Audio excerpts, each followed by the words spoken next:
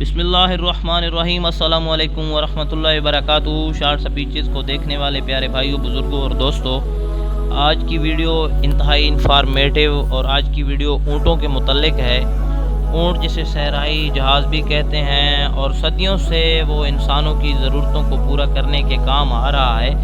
آج اس کے بارے میں دلچسپ فیکٹ، دلچسپ حقائق اور اس کے بارے میں بڑی عجیب و غریب باتیں شیئر کریں گے۔ مثلاً کہ اونٹ سانپ کیوں کھاتا ہے، اس کی وجہ کیا ہے، اور سانپ کھانے کے بعد اس کے جو آنسو نکلتے ہیں ان آنسوؤں کو ہم کس فائدے میں استعمال کر کے اسے نفع اٹھا سکتے ہیں، اور اونٹ کے گوشت کے کھانے کے بعد وضو کیوں کیا جاتا ہے، اور پھر جب ایک شخص نے ایک نر اونٹ کو اس کی مادہ ماں کے ساتھ جنسی ملاپ کرنے کی کوشش کی تو اس کا کیا نتیجہ ہوا۔ ویڈیو کی طرف جانے سے پہلے آپ سے ریکویسٹ ہے کہ چینل کو سبسکرائب کریں اور بیل آئیکن کے بٹن کو دبا دیں تاکہ آنے والی ہر اسلامک ویڈیو اور انفارمیٹیو ویڈیو آپ تک آسانی پہنچ سکے۔ چینل کو شیئر بھی کریں۔ تو دوستو، اونٹ کو ایک بیماری لگتی ہے جس کا حل یہ ہوتا ہے، علاج یہ ہوتا ہے کہ اونٹ زندہ سانپ نگل لیتا ہے، اور سانپ کی زہر کے اثر کی وجہ سے، چونکہ وہ انسانی جسم تو ہوتا نہیں کہ ڈیتھ ہو جائے، اونٹ کا جسم ہوتا ہے، تو زہر کے اثر سے اونٹ کو بہت زیادہ پیاس لگتی ہے اس شدت سے، اور وہ مسلسل ایک ہی سانس میں بہت زیادہ پانی پیتا ہے، اس کے باوجود بھی وہ شدت ختم نہیں ہوتی۔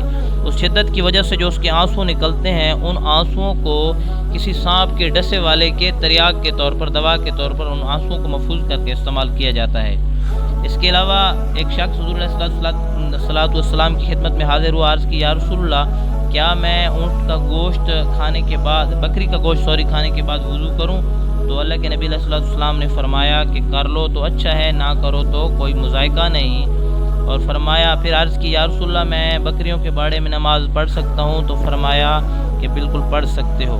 اس طرح دوسرا اس کا کویسچن یہ تھا کہ یا رسول اللہ، اونٹ کا گوشت کھانے کے بعد وضو کروں؟ تو اللہ کے نبی علیہ السلام نے فرمایا کہ جی اس کے بعد ضرور وضو کرو، مفہوم یہ ہے۔ اور پھر عرض کی یا رسول اللہ، اونٹ کے باڑے میں بھی نماز پڑھ سکتا ہوں؟ تو اللہ کے نبی علیہ السلام نے اس کی اجازت نہیں دی۔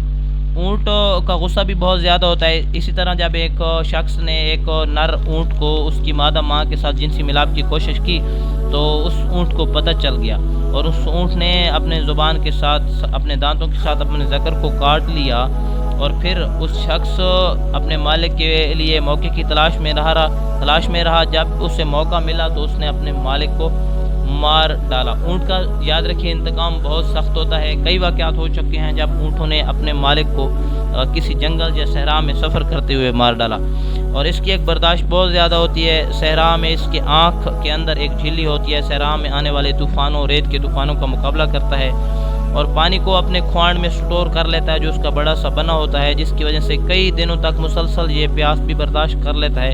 بڑی خصوصیات کا حامل یہ جانور ہے، اور صدیوں سے انسانوں کے گوشت کے، دودھ کے اور اس طرح سفر کے کام آ رہا ہے۔ اب تو خیر جدید زمانہ آ چکا ہے، لیکن اب بھی لوگ اسے استعمال کرتے ہیں، اور یہ 40 کلومیٹر فی گھنٹہ کی رفتار سے دوڑ بھی سکتا ہے۔ تو انشاءاللہ امید ہے ہماری آج کی انفارمیٹیو ویڈیو آپ کو پسند آئی ہوگی۔ ویڈیو اچھی لگی ویڈیو کو لائک کریں، چینل کو سبسکرائب کریں، آگے ویڈیو کو شیئر کریں۔ انشاءاللہ نئی ویڈیو کے ساتھ دوبارہ ملاقات ہوگی، تب تک کے لیے اللہ حافظ۔